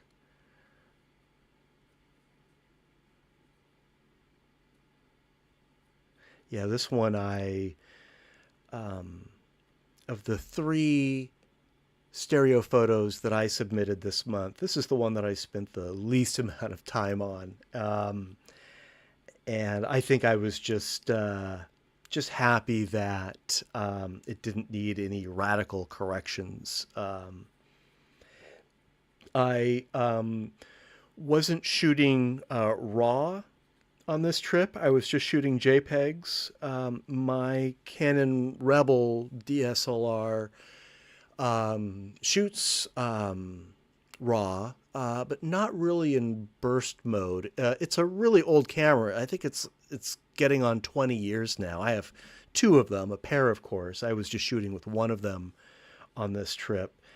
And it can shoot in burst mode in JPEGs for maybe 12 to 15 photos before it stops and has to catch up and save to the card. It really can't shoot RAWs in burst mode at all. That said, Oleg, the edit that you're suggesting doesn't matter, doesn't need to be a camera raw file. The camera raw filter in Photoshop will do the trick. So yes, thank you. I will make that adjustment. All right. Thank you very much, Oleg. Since we were just talking about you, here's one by you. The title is Headless Mannequins. Yeah, you have to see it big to see the detail. There's at least 4 mannequins. I don't know, and none of them have heads.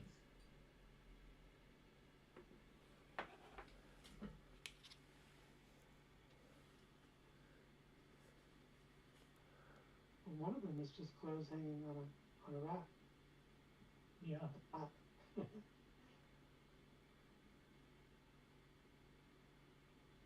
just struck me as funny. Yeah, I wonder what message the proprietor of the Emporium here is trying to send.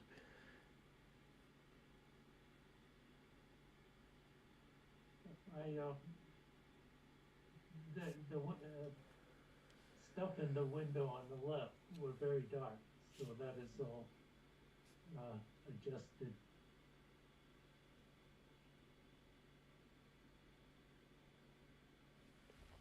What's happening with there's like some stippling on the hats and cloak on the left. It's orange and yellow. Okay, I'm looking at this small picture, so I can't see it. But there was a lot of reflections coming in Oh, okay.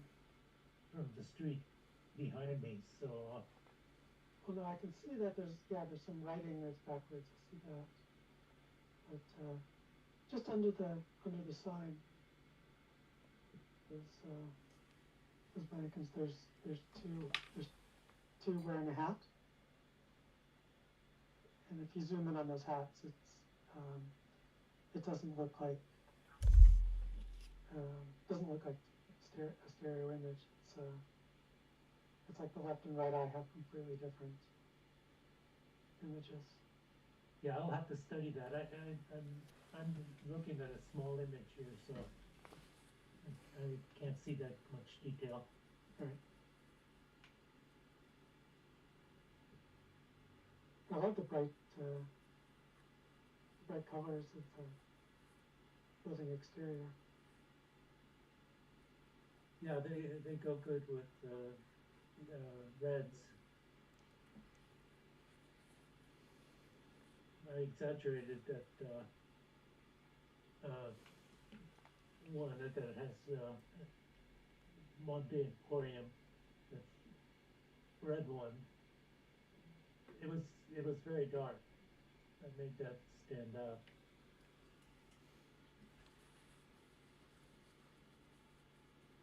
Yeah, it works. Maybe the hats were affected when you boosted the reds. Yeah, I'll take a look at that.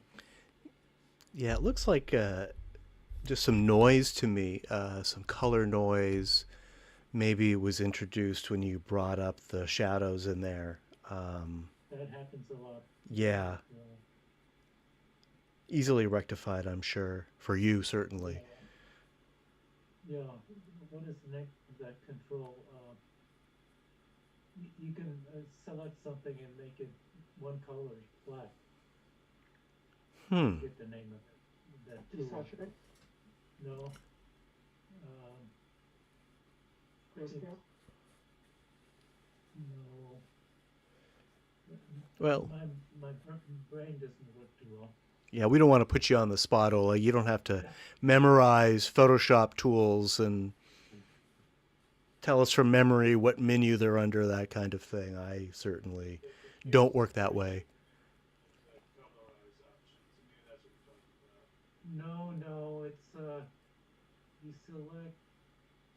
It's called averaging or something like that. Hmm. Ole, Yeah. was there a head shop next door?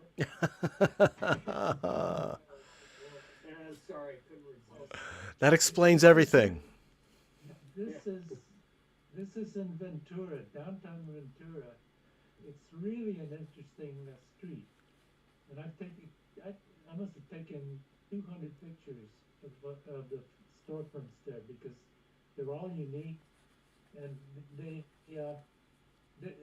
cut off about 6 blocks from traffic, so you can walk in the middle of the street.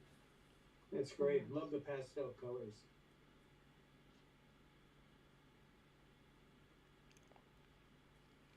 Very nice, Oleg. Thank you very much.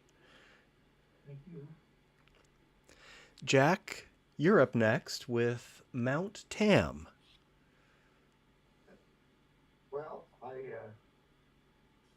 when I got to the top, I thought it was kind of an interesting 3D picture. I kind of used the bird to kind of extend the direction through, up the mountain through the lookout for the bird. So the picture is not really good resolution. It's kind of, I don't know why I didn't get any better resolution on it, but anyway, I thought it was kind of a pretty picture.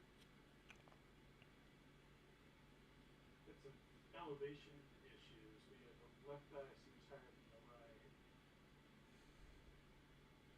But I like the texture.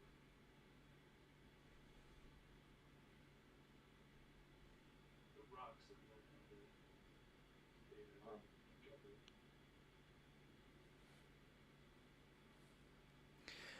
Now, Jack The is. photomaker says the vertical is okay.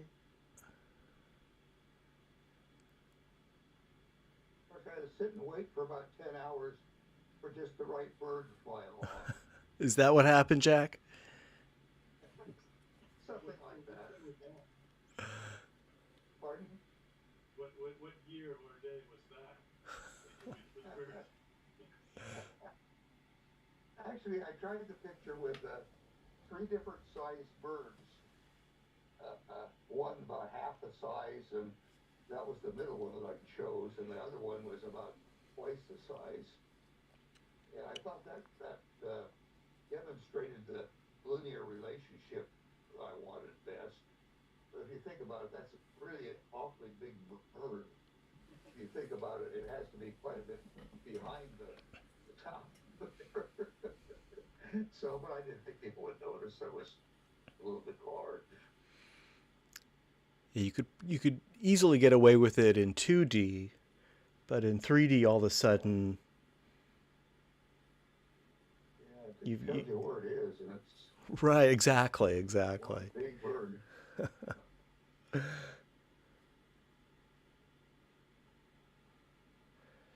Yeah, it's nice. I do see. Yeah, it's strange. Most of the vertical alignment seems fine, except in just a couple places.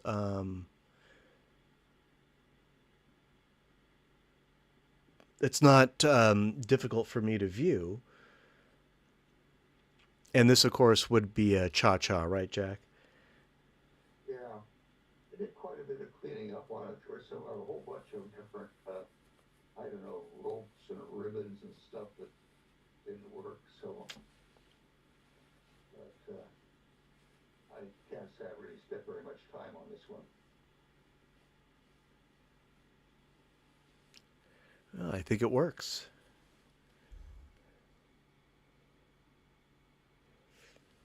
Yeah, it's got great depth. And that bird definitely helps it.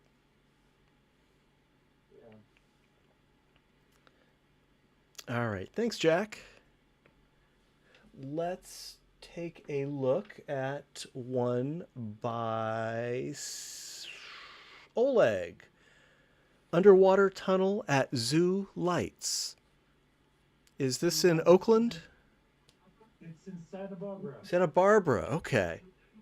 For Christmas time, they light up pretty much all of the zoo. I don't know where they hit all the animals, but just acres of light displays like this.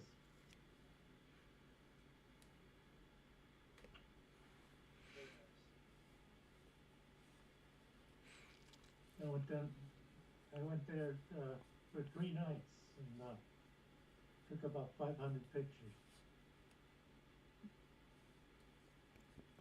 Yeah, perfect subject.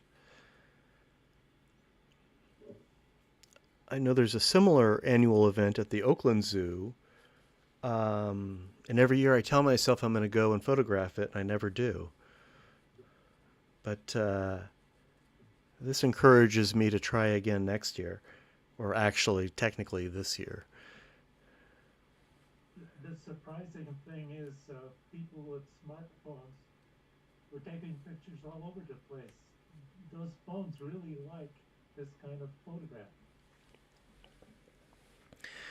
Well, with smartphones, we've entered the era of computational photography, where the image that they are making is run through.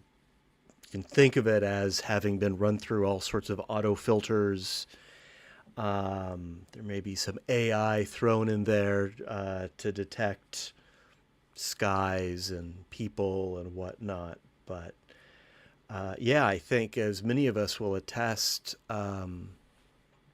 they make uncannily good images.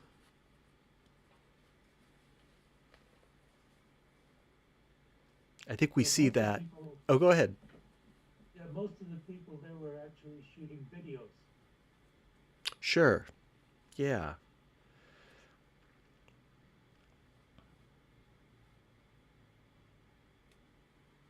I feel like this Technical equipment we have now is certainly a vast difference than when I was born. Well, and we see the quality that these phones can produce in our cha-chas, which, are generally really sharp and colorful, but also you can use them for macros. They're just incredibly versatile.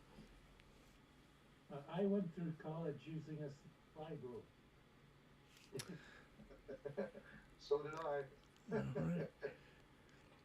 Well, when the power goes out, you've got nothing to fear.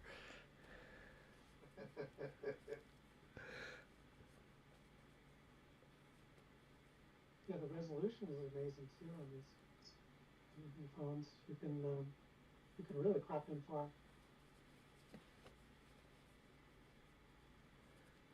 This, by the way, is a 6-inch shot separation with my twin rig. How much separation? 6 inches. 6 inches. Oh, with the wide angle. Yeah, with the wide angle lens. Yeah. Yeah, that's great. Can't help but wonder, at least I can't, and of course this doesn't make any difference to me, but what's this going to be like 20 or 30 years from now? What are people going to have in their pockets to do whatever they want with? Well, and With for brain us, implants. Everyone will have a brain implant. You won't need these devices. or we'll see a rebellion against technology and they go back to photochemical. Or back to the Stone Age. Difficult to say. and as stereo photographers, of course, we're seeing this in these new AI-powered conversions that are, pretty good and can only get better. Right. Yeah. Pretty soon you're not going to even need a camera.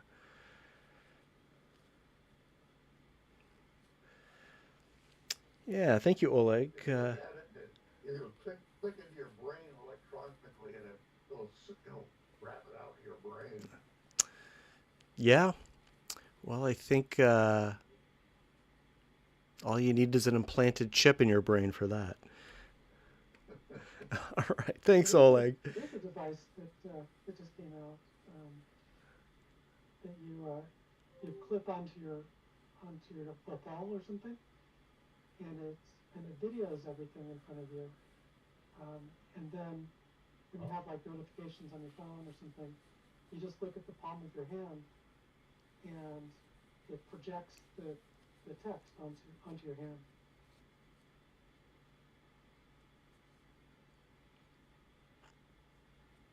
That way we can get over our screen addictions. We'll just be looking at our hands all the time. Yeah, the question is if other people will mind being recorded all the time. I take it this is Steve. Yes. Thank you. Thank you, Oleg. What we have now is one by Steve. Cairo Temple is the title.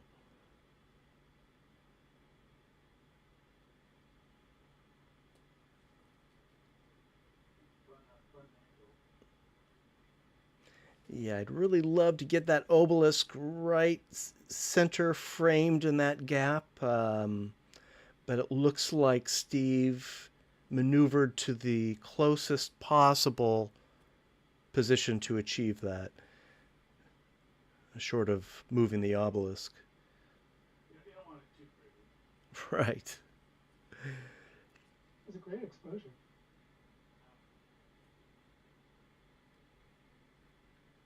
It is, yeah. There really aren't any blowouts, and the hieroglyphics that are in shadow are still visible, legible if you can read hieroglyphics. look at the texture of the stone in the upper left corner. Um, it's very sharp. Yeah. I wonder if this was a... Oh, go ahead. In this kind of a picture, I usually make the verticals vertical, but I wonder it might be less dynamic in that way. I like the organic quality of the shadows. Besides the vertical lines, they don't match each other. You could pick some of them to be vertical, but you wouldn't get everything. You still have some of these columns angling wrong. Right. Yeah, I think I like it just the way it is. I might want to straighten the image just so that the obelisk is straight up and down. Yeah, just so it doesn't look like it's leaning over, I guess. Just skew the image a bit. I think probably just less than a degree of rotation would help that. Well, skewing the whole image will keep all the other relationships. Right, you don't have to worry about elevation. Right. Good point. Yeah, that's a good idea. That splash of green really helps too. In this composition, my eye is just drawn right through this narrow gap into the background, and that plant really helps. I like how the column on the right is illuminated off screen. The light source is just outside field of vision. Then we have it casting a shadow in the middle of the frame. So it's nice. It's at least viewed on a TV, it feels very organic that way. Just where the light is coming from.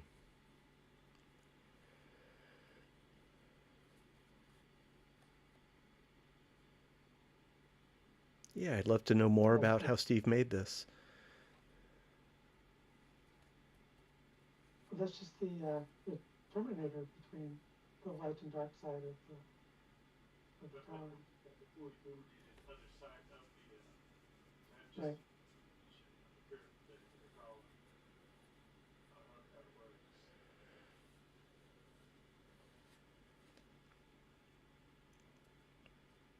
All right, well, we will hear from Steve later. We're going to go a few minutes over 9 o'clock, but I don't want this to be a very late meeting, so let's move on. We only have 2 more images to share, and then I want to give us time to select our favorites on our straw poll.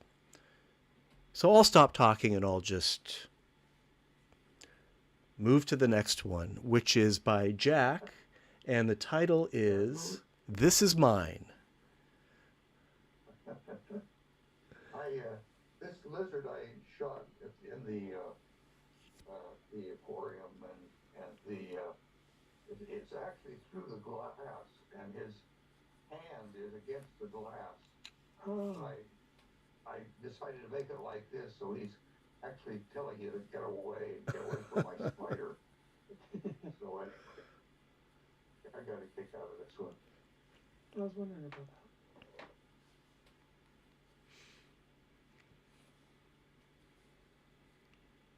Yeah, the lizard's nice and sharp. Background is nice. I used that spider in another one of my international competitions, and as a big spider, actually got an award. And I'm sitting up, I think it was Southern Cross. I used it this one. I'm going to send this to Southern Cross too, but I moved the spider's leg on the left side. So it's obviously it may be the same spider, but it's a small part of the image, and it's obviously a different photograph of the same spider. So I think that should make it legal, but let's see.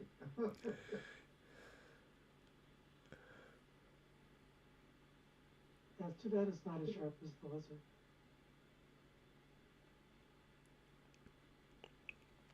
Jack, did you have any reflections to contend with? Not much. There was a couple of pieces of dirt I took off, but there wasn't any reflections really in the glass. Did you think of pushing the lizard back so his hand is at the stereo window? The hand out the control. I thought about it, but it seemed to me, it seemed to feel like it was there. That was certainly a possibility, though. That works really well on the loom pad, having the hand coming through the window. Really, the hand and the head of this creature are through the window, not too aggressively. It's a neat effect on the loom pad, whether or not. Yeah.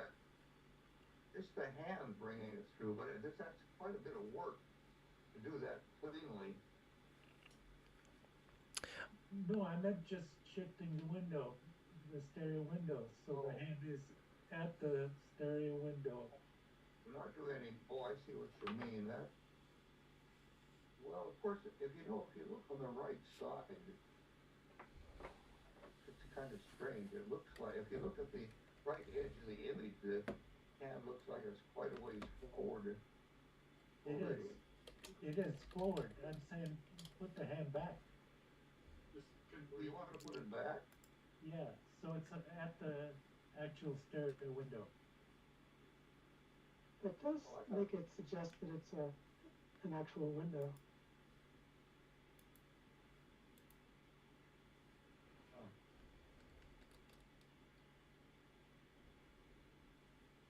I don't know. I'll probably leave it that way.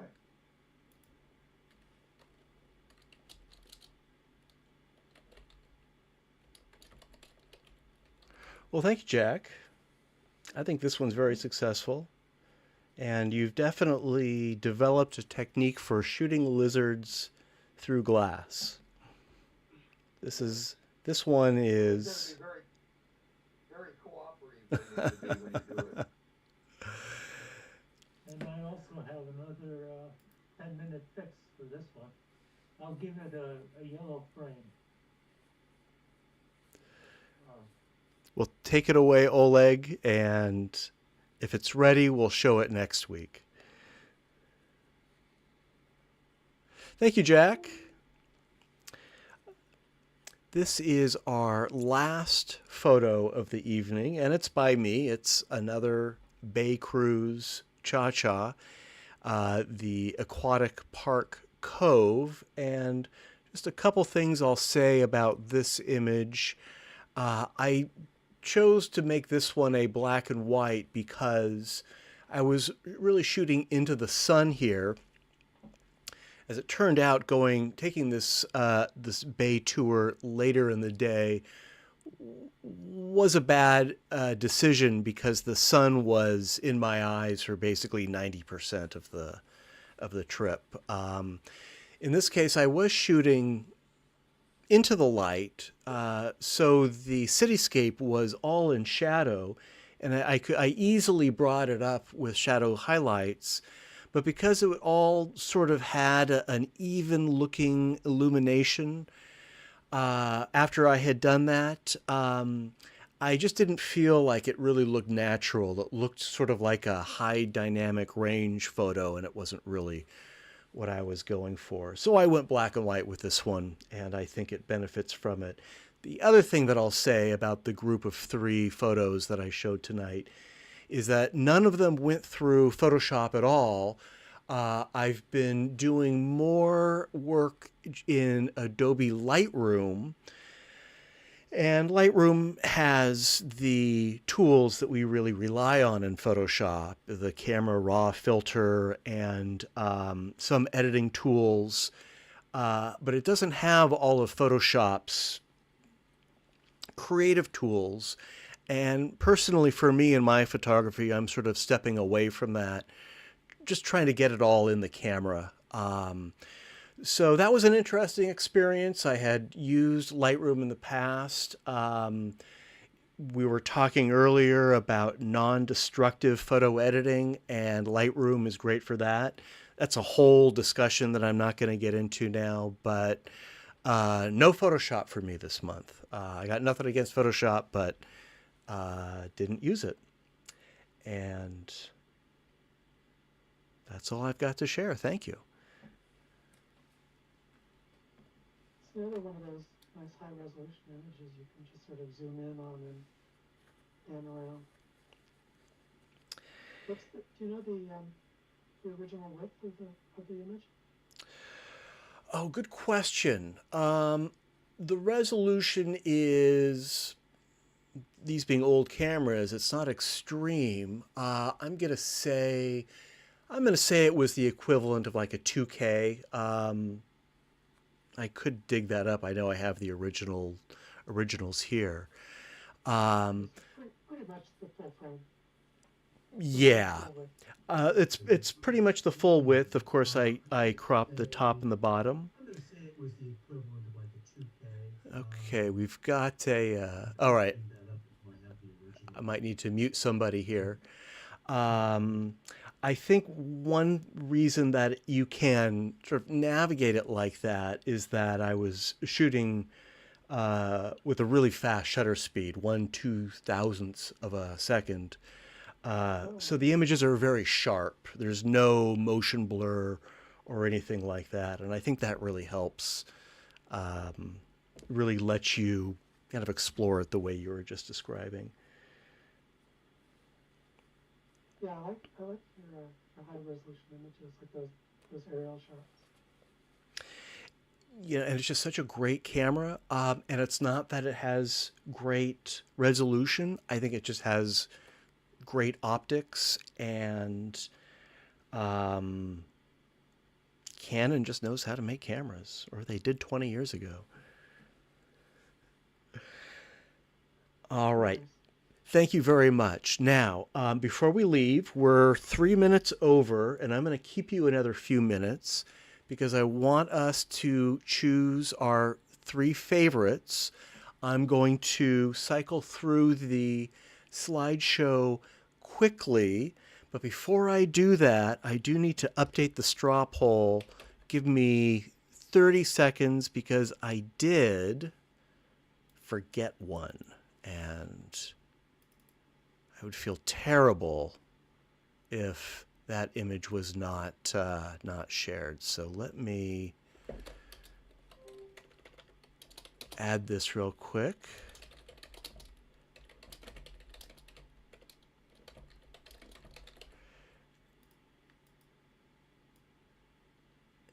And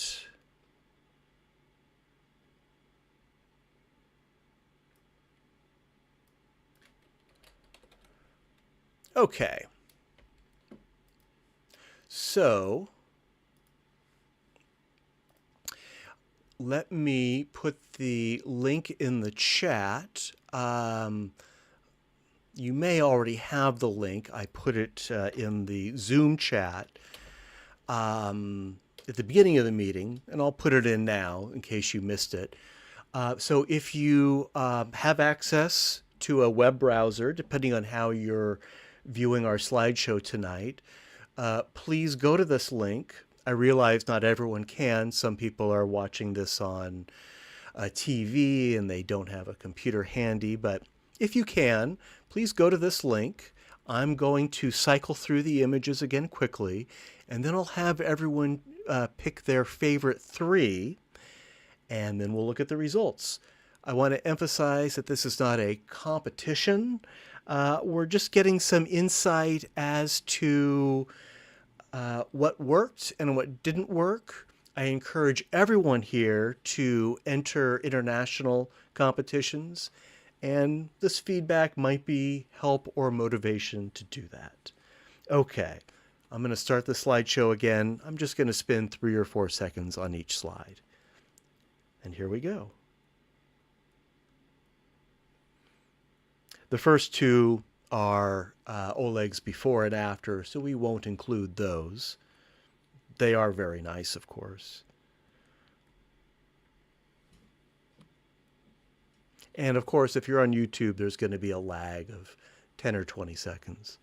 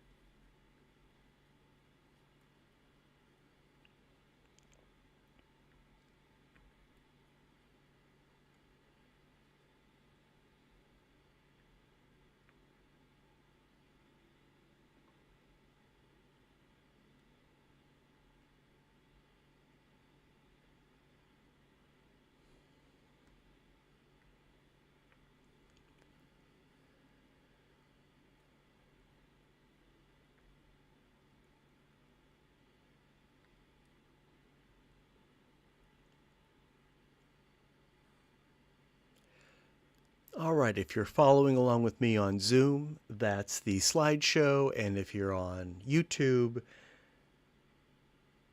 you've got just another couple seconds. I'm going to stop sharing my screen. Let's all spend 30 or 60 seconds at the straw poll. Again, the link is in the chat if you're able to. Incidentally, you'll notice there are two... Oh, actually, let me save that. There are two number 9s.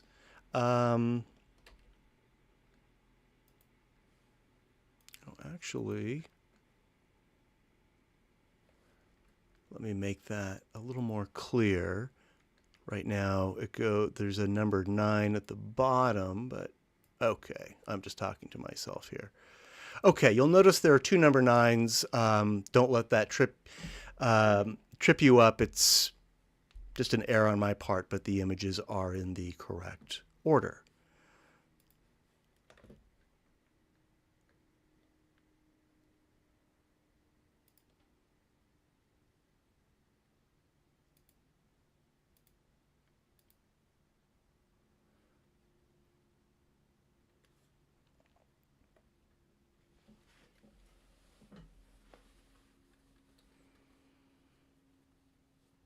And I'll give everyone a few more seconds. While we're voting, I'll just remind everyone that part 2 of this meeting is next week, next Tuesday, same time, 7 to 9 Pacific time. We have a special topic. It's creative, and something a little different. I am now accepting images for next week's meeting. If you would like to participate but didn't have a chance to submit any photos. All right, does anyone need more time with the straw poll? All right, let me share my screen and let's take a look at the results.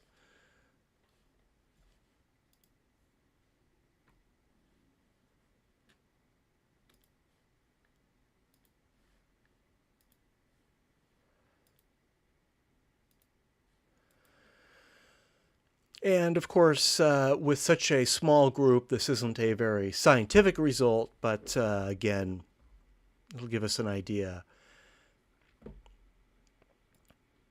All right, looks like Steve did very well with Cairo Temple. That's a clear winner with 4 votes. Thank you for making Aquatic Park Cove a second place. And Oleg, congratulations on Underwater Tunnel at Zoo Lights.